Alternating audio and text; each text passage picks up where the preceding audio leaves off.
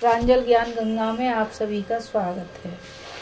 कल हमने कथा में प्रवास क्षेत्र में पांडवों से यादवों की भेंट को कथा को पढ़ा था। आज हम राजकुमारी सुकन्या और महर्षि च्यवन की कथा को पढ़ेंगे, जो कि इस प्रकार है। तो चलिए अब कथा शुरू करते हैं। वैशंपायन जी कहते हैं, राजन, पयोषणी में स्नान कर महाराज युधिष्ठिर वैदुर्य पर्वत और नर्मदा नदी की ओर गए। वहां भगवान लोमश ने समस्त तीर्थ और देव स्थानों का परिचय दिया। तब भाइयों सहित धर्मराज अपने सुविधे और उत्साह के अनुसार उन सभी तीर्थों में गए। वहां हजारों ब्राह्मणों को दान दिया। फिर लोमश मुनि ने एक स्थान की ओर संकेत करके कहा, राजन, यह महाराज शर्याती का यज्ञ स्थान है। यहाँ कौशिक मुनि ने अश्वनी कुमारों के सहित स्वयं ही सोमपान किया था। इसी स्थान पर महान तपस्वी च्यवन मुनि इंद्र पर कुपित हुए थे और उन्होंने उसे स्थगित कर दिया था तथा यहीं उन्हें पत्नी रूप से राजकुमारी सुकन्या प्राप्त हुई। युधिष्ठिर ने पूछा, भगवान, महातपस्वी च्यवन को क्रोध क्यों हुआ? उन्होंने इंद्र को स्तब्ध क्यों किया तथा अश्वनी कुमारों को उन्होंने सोमपान का अधिकारी कैसे बनाया? भगवान, कृपा करके यह सारा वृतांत मुझे सुनाइए। लोमश बोले, महर्षि भृंगु का च्यवन नामक एक बड़ा ही तेजस्वी पुत्र था।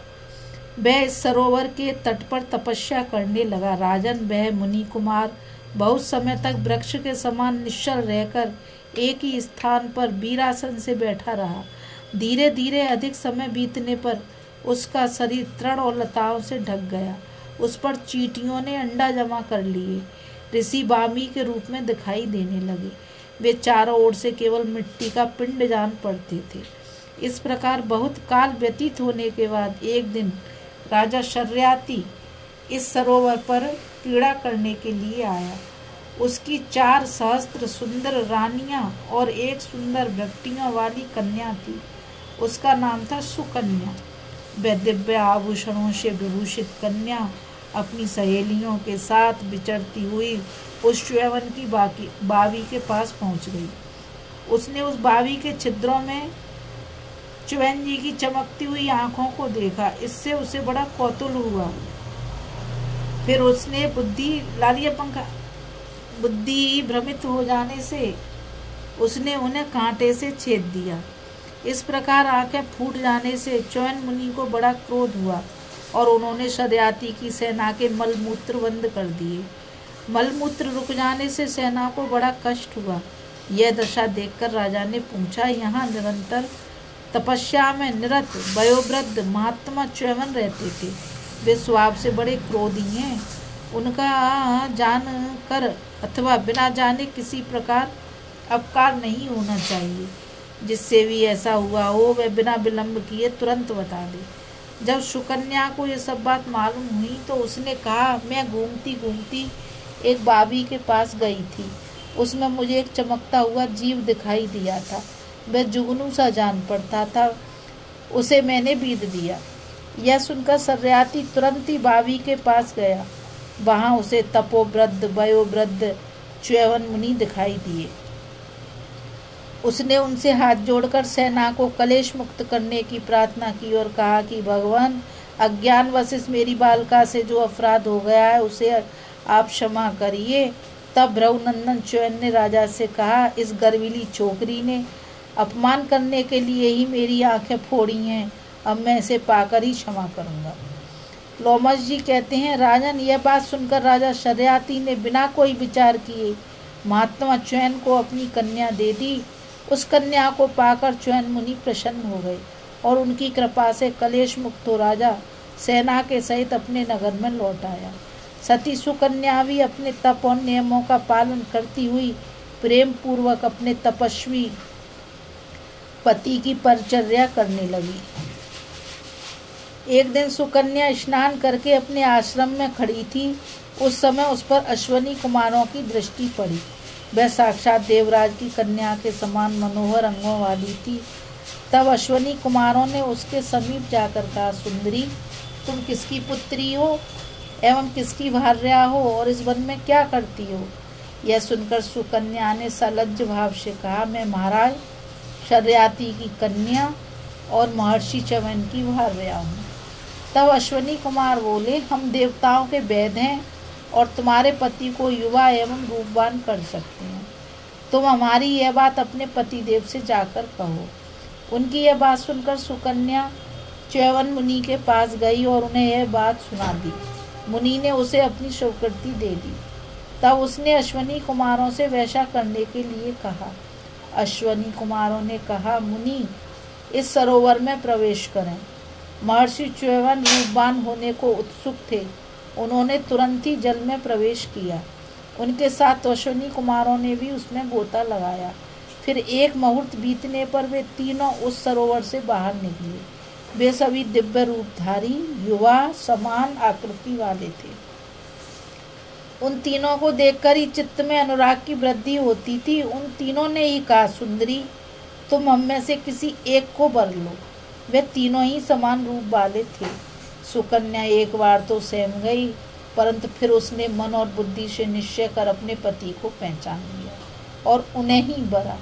इस प्रकार अपनी पत्नी और मनमाना रूप एवं यौवन पाकर च्यवन ऋषि बहुत प्रसन्न हुए और अश्वनी कुमारों से बोले, मैं वृद्ध था, तुमने ही मुझे रूप और यौवन दिया है, इसलिए मैं तुम्हें सोमपान का अधिकार दिलाऊंगा। यह सुनकर अश्वनी कुमार प्रसन्न होकर स्वर्ग को चले गए तथा च्यवन और सुकन्या उस आश्रम में देवताओं के समान विहार करने लगी।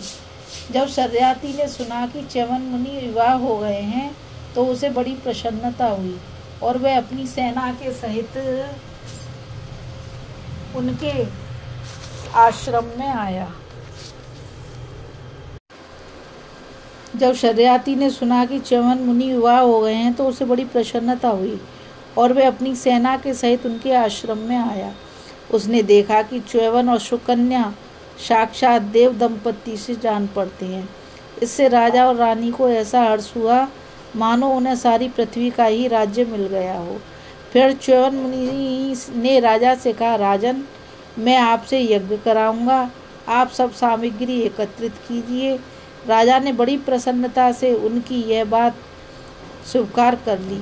जब यज्ञ के लिए समस्त कामनाओं की पूर्ति करने वाला शुभ दिन उपस्थित हुआ तो राजा शर्याती ने एक सुंदर यज्ञ मंडप में तैयार कराया। उसी में भृगुनंदन महर्षि च्यवन ने राजा के यज्ञानुष्ठानों का आयोजन किया। इस यज्ञ में जो नई बातें हुई उन्हें सुनिए। जिस समय च्यवन मुनि ने अश्वनी कुमारों को यज्ञ का भाग दिया तब इंद्र ने उन्हें रोकते हुए कहा, मेरे विचार से दोनों ही अश्वनी कुमार यज्ञ लेने के अधिकारी नहीं हैं। च्यवन ने कहा, ये दोनों कुमार बड़े ही उत्साही, उदार हृदय, रूपवान और गुणवान हैं। भला तुम्हारे या दूसरे देवताओं के सामने इनका सोमपान में अधिकार क्यों नहीं है? इंद्र ने कहा, ये चिकित्सा कार्य करते हैं और मनमाना रूप धारण कर मृत्युलोक में भी विचरते रहते हैं। इन्हें सोमपान का अधिकार कैसे हो सकता है? जब च्यवन ऋषि ने देखा कि देवराज बार बार उसी बात पर जोर दे रहे हैं तो उन्होंने उनकी उपेक्षा कर अश्वनी कुमारों को देने के लिए उत्तम सोम रस लिया। उन्हें इस प्रकार आग्रहपूर्वक सोम रस लेते देखकर इंद्र ने कहा, यदि तुम हमारे लिए तैयार हुए सोम रस को इस प्रकार अश्विनी कुमारों के लिए स्वयं ग्रहण करोगे तो मैं तुम पर अपना भयंकर वज्र छोड़ दूंगा। ऐसा कहने पर च्यवन मुनि ने मुस्कुराते हुए कहा, अश्वनी कुमारों के लिए सोम ले लिया। तब तो इंद्र उन पर अपना भयंकर वज्र छोड़ने के लिए उद्यत हुए। वे जैसे ही प्रहार करने लगे कि च्यवन ने उसकी भुजा को स्थगित कर दिया और अपने तपोबल से अग्नि कुंडों से मद नामक एक अत्यंत भयंकर राक्षस को उत्पन्न कर दिया, जो अपनी भीषण गर्जना से त्रिभुवन को त्रस्त करता हुआ इंद्र को निगल जाने के लिए उनकी ओर दौड़ा। इससे इंद्र को बड़ी ही व्यथा हुई और उन्होंने पुकार पुकार कर कहा, आज से अश्वनी कुमार सोमपान के अधिकारी हुए। अब आप मेरे ऊपर महाराज कृपा करें, आप जैसा चाहेंगे वही होगा। इंद्र ने जब ऐसा कहा तब भृगुनंदन महात्मा च्यवन का कोप शांत हो गया और उन्होंने इंद्र को उसी समय उस दुख से मुक्त कर दिया। राजन, यह झिलमिलाता हुआ द्विज संगुष्ट नाम का सरोवर उन्हीं च्यवन मुनि का है। तुम अपने भाइयों सहित इस सरोवर में देवता और पितरों का तर्पण करो। यहाँ भगवान शंकर के मंत्रों का जप करने से तुम सिद्धि प्राप्त कर सकते हो। यहाँ त्रेता और द्वापर की संधि के समान काल रहता है। इस तीर्थ में स्नान करने वालों को कलयुग का स्पर्श नहीं होता। यह सब पापों का नाश करने वाला है। इसमें स्नान करो। इसके आगे आर्चिक पर्वत है। यहाँ अनेकों मनीषी महर्षिगण निवास करते हैं। इस पर अनेक प्रकार के देव स्थान हैं। यह चंद्रमा का तीर्थ है। यहाँ बालखिल्य नाम के तेजस्वी और वायु भोजी वानप्रस्थ रहते हैं। यहाँ 3 शिखर और 3 झरने हैं। ये बड़े ही पवित्र हैं। तुम प्रदक्षिणा करके क्रमशः इन सभी में यथेच्छ स्नान करो। इसके पास ही यमुना जी बह रही हैं। स्वयं कृष्ण ने भी यहाँ तपस्या की थी। नकुल, सहदेव, भीमसेन, द्रौपदी और हम सब भी तुम्हारे साथ इसी स्थान पर चलेंगे। इसी जगह महान धनुर्धर राजा मानधाता ने भी यज्ञ किया था। बोलो श्री कृष्ण भगवान की जय। बोलो श्री राधा रानी की। अभी हम कथा में राजकुमारी सुकन्या और महर्षि च्यवन ऋषि की कथा को पढ़ रहे थे। अब हम आगे कथा में राजा मानधाता का वृतांत की कथा को पढ़ेंगे। इस कथा में आज बस इतना ही। मुझ गीता रावत को आज्ञा दीजिए। कल फिर मिलेंगे एक नई कथा के साथ। और आज मैं आप फिर से यही कहना चाहूँगी कि इस चैनल को ज़्यादा से ज़्यादा लाइक, शेयर और सब्सक्राइब कीजिए ताकि ये अद्भुत ज्ञान अधिक से अधिक लोगों तक पहुँच सके। राधे राधे। जय श्री कृष्णा। नमस्कार।